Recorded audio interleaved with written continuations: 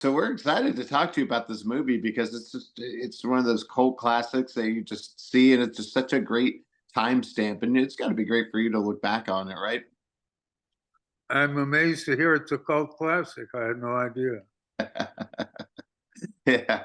Well, do you have any particularly great memories of filming it? Because I mean, it is a special movie. Well, I have memories, of course. I don't know if they're great or Mhm. not, but I have memories. It was first of all, the whole thing was kind of a revelation for me, beginning with the location uh, up in Glace Bay in northern Nova Scotia, Mhm. a town that existed on coal mining, and all the coal mines were closed, and it was economically very rough when we were there. Yeah. Uh, but it was a beautiful environment right next to Cape Breton, Mhm. and so the whole thing of being there and in that environment at that time was tremendously interesting. And then it was also very interesting the work uh, that uh, Robert, Frank, and Rudy Wurlitzer, Mhm. who I recall when I met in New York, and they told me they were co-directing, and I said, "Well, how's that going to work?" And Robert said he was taking care of the picture, and Rudy was going to take care of the actors in the text.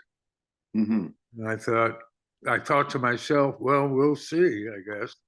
And but nevertheless, it had enough interest and uh, that I wanted to do it. So we did. And Mhm. then when I got to the set, they had been shooting. It was, as you know, very episodic. Oh yeah. So they had been shooting for, I guess, 3 weeks, say, and Mhm. by by character. In other words, I do this bit with Tom, let's say, or this bit with whoever, and then they came to my bit, which was, I guess, the last couple of 3 weeks of the shoot. Mhm. And so I got there and went out to the set and said hello to Robert and then asked where Rudy was. Somebody said, Robert said, I think he said, over there on the floor. And I went over and there was Rudy stretched out flat on the floor. And I said something like, hello, Rudy. Oh, what's going on? What are you doing down there? And he said, oh, it's stress. I think stress. And I said, oh, well, okay. And uh, and then we shot our first scene, as I remember. And my first scene, again, as I remember, was with Rita McNeil, Mhm. great Canadian singer. Yeah. And it was something about I was leaving, so I was there to say goodbye. And we just had this little, dialogue. And then I left, fairly simple. But we had worked it out so that I was in the middle zipping up my parka, Mhm. which seemed important somehow. Mhm. It was part of the business, part of the life of the thing. And the zipper got stuck as we were shooting. And I said, oh, and I just couldn't get it unstuck. And so I said, oh, let's cut. And Robert said, why did we cut? And I say, well, I couldn't get my zipper working. And he said, well, I don't need it. And I said, well, no, but I need it. And So we went on from there, I think without much contention or upset, but we kind of knew who each other was in a Yeah. sense. Uh, and both of us were probably hardheads, Yeah. as uh, Burt Lancaster calls Monty Clifton From Here to Eternity. Yeah. Mm. Ah, I love that. And then you had to burn those poor guitars. Pardon? You had to burn those poor guitars. Oh, yeah. Yeah. Yeah. Well, they were inexpensive guitars, Yeah. but still, Yes. that was, I don't remember, I haven't seen the film since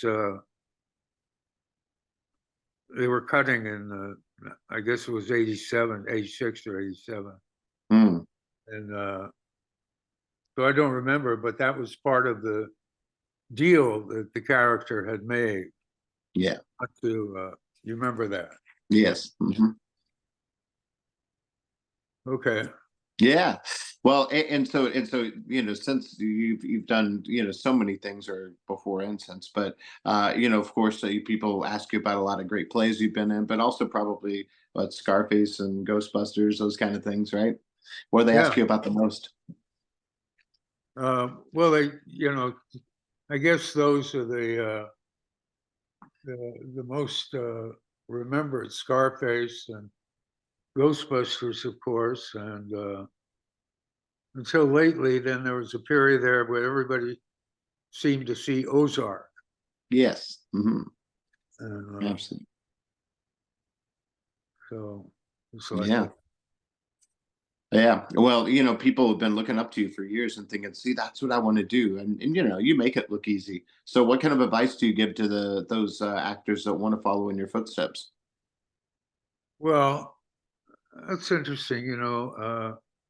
Back in 1962, Mhm.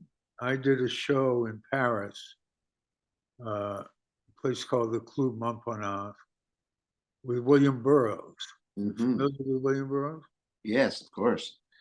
Uh, and it went like this. I mean, we would read Bill's uh, stuff, from Soft Machine or from uh, whatever we were reading that night.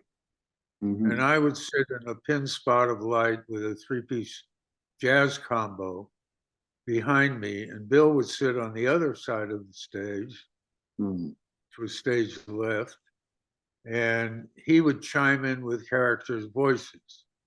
I would say, like, and Dr. D said, and then you would hear Bill from the back of the stage. Yeah. And was our show. And so we would hang out between shows sometime. And Bill had this table by the stage, and a lot of people would come up to him with manuscripts Mm. and say, "Well, Mr. Rose, I just wondered if you ever had any time to take a look at glance at my manuscript here." And he'd say, "Leave it on the table." And there's a stack of manuscripts on the table. None of these he ever looked at, I'm pretty sure. Yeah. And uh, and then a person would come back, young writers, all of them, and said, "I wonder, Mr. Bros, did you have a chance to take a look?" And he said, "Well, which one was yours?" And then they would look through the stack and say, here's mine." He said, "Uh-huh, uh-huh. Well, keep at it." And they said, "What?" He said, "Keep at it." And the person would then go away. And I thought, at first, for a while, I thought, this is kind of superficial because, of course, you don't have time to look at all this stuff. But still, everybody, this is everybody's baby, you know, we all love our stuff or what we're trying to do. And maybe this was not the most sage advice, but then I came to understand that it was indeed the most sage advice because, you know, having people started asking me things later, I thought, well, keep at it is the best advice Mhm. because that's what you have to do and find your own way to do it. And, you know, like that. Yeah. So Bill Burroughs taught me that lesson. I love that. My co-host is Drew Pearson, who you might remember as one of our great Dallas Cowboys. Caught the Hail Mary, went in the Hall of Fame, and so we love to ask people their Hail Mary moment, which is that moment in your life or career where you just kind of had to go for it yourself. And I'm so curious to know what that was for you. Oh, that moment. You know, when I started out, uh, I was in Paris, did this show with Bill, and then I was in Rome for a while, and I dubbed films to make money, Hmm. which was pretty good money in those days. And I'd done a little bit of acting in Los Angeles, but kind of desultory and not. I approached it with no methodology, and I didn't seem to know anyone except people I started to meet along the way who were involved in this kind of life. And but I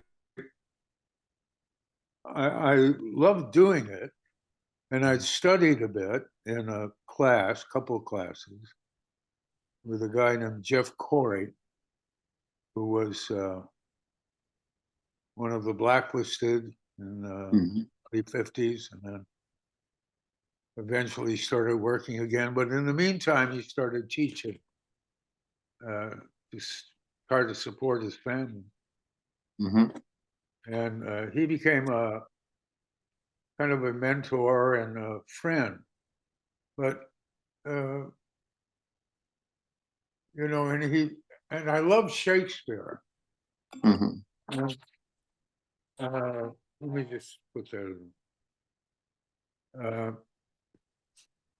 And so I did some of that in Jeff's class, and he said he allowed as how I might have an affinity toward it. Hmm. Uh, so that he immediately arranged for me to do a job, not Shakespeare, some other quite fantastic play, and uh, I immediately quit and got fired at the same time. Huh. So I didn't fulfill his hopes in that way. But uh, but anyway, as I say, I did study for a while with Jeff, and I came to really love the theater and especially Shakespeare and all. So, but I was so confused and without direction, really, without a solid direction, and I didn't like the idea somehow of attending a full-on drama school like my friends, a couple of my friends, Stacy Keach and a Hmm. few others who attended not Lambda in London. Um, so I went to Europe for a couple of years, well, about 20 months, and Hmm. just went around and sorry, Oh, no. went around and you know, dubbed films in Rome and spent time in Paris doing the show with Bill Burroughs and other things, and then finally I kind of got it through my head that well, if I'm going to do this, I'm getting low on time. I mean, I'm getting to be 25 now, so I Hmm. better go and do it if I'm going to do it. And I was in Israel at the time and did have an opportunity to stay and study there and maybe be employed there. But I figured the best thing I could do was go to New York, where I Hmm. had been but never spent any real time there, Hmm. and try to do what it was I thought I'd like to do. Yeah. So that's what I did, and I guess that would be oh, I don't know where in that context of events uh, the Hail Mary uh, Yes. would reside, if one did. Yeah. No, and it makes sense. Yeah. But part of that is that we talk about that on the show, that kind of success mindset that you have to have. And even if you're not feeling it, and a lot of us creative types are very hard on ourselves. So is there something that you always kept in mind that kept you going through the journey of all this? What something I was. It, is there something that you kept in mind that kept you on the right path, like through this journey?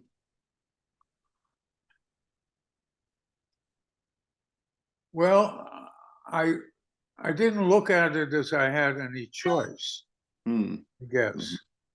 And it would say the one thing that uh, certainly, I don't know how to put it, kept me going, as you say, or was inspirational was Shakespeare.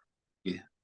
It was the first job I got when I went to New York, and then the second job I got when I knew nothing. You understand? I studied a bit, but I knew nothing. And the second job I had was out of town up in Corning, and I went to play Cassio to James Earl Jones' Othello. It was the first Wow. time Jimmy had done Othello, and there I was. And then very shortly after that, I got a leading part in a play in New York, and I thought, wow, this is pretty easy. But then, Mhm. reality crashed in on me without apology. Well, is there any sort of defining memory or anything from this film, or just a thought on it being re-released, because it's pretty neat to have it back. Well, yeah, I was of course delighted because I like it, Hmm. although I haven't seen it since I guess '87, Yeah. and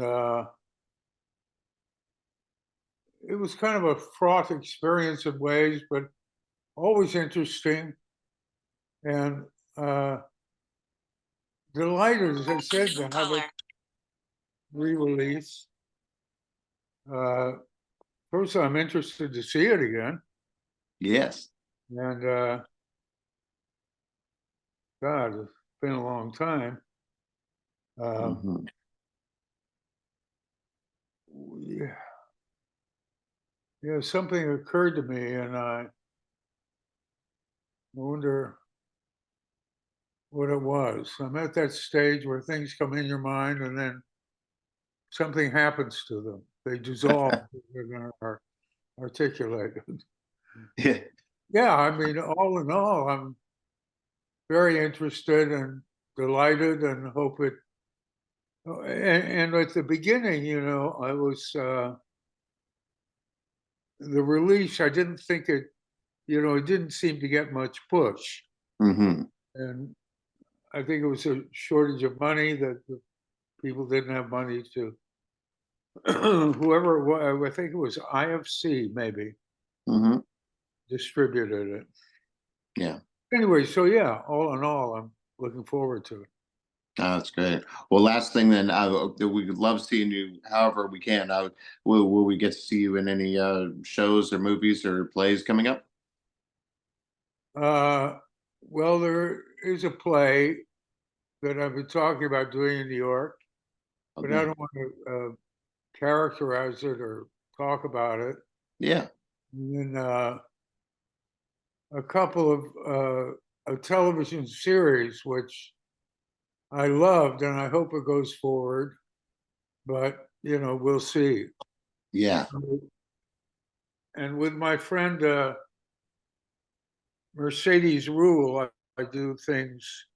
We've done a bunch of stuff up here in Eastern Long Island, mostly, Yeah. where there are readings like the letters of Flaubert and Sand, or Mm. Robert Lowell and Elizabeth Bishop, and programs sort of like that, Yeah. or scenes from other things mixed in with stuff that we just like. Hmm. And then I've got some podcasts going on with my friend Stacy Keach. Yes. And, Hmm. we're trying to find a place for these podcasts, and uh, that's it. That's kind of what's happening.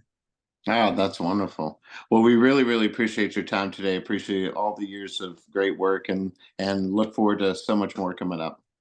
Well, thank you, All appreciate it. right. Thank you so much. Appreciate your time. Okay, bye bye. Bye bye.